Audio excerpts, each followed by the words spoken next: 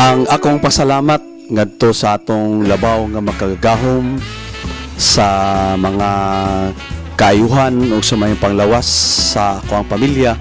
Kauban ako sa pamilya sa barangay, no, sa akong mga barangay workers sa katawhan diri sa barangay Gango. Daghang kayong salamat sa mga grasya, sa mga kalampusan, sa mga pakyasan o sa mga hagit sa kapangalagaran diha sa katawhan, no. Kaya ang pagserbisyo sa man kadakong hagit, no, sa pagpatumaw sa kabaguhan diha sa komunidad. Og sa umaabot nga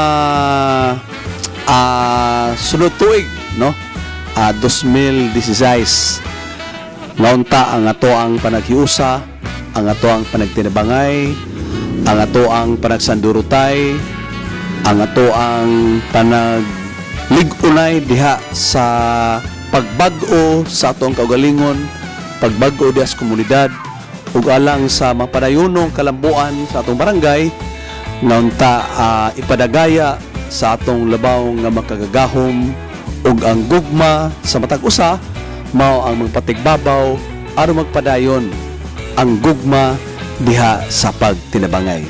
Mayong Pasko ug mabungahong bag-ong tuig 2015 ug sa umaabot nga tuig 2016 gikan sa ako ang pamilya ug sa katawhan sa barangay Gango.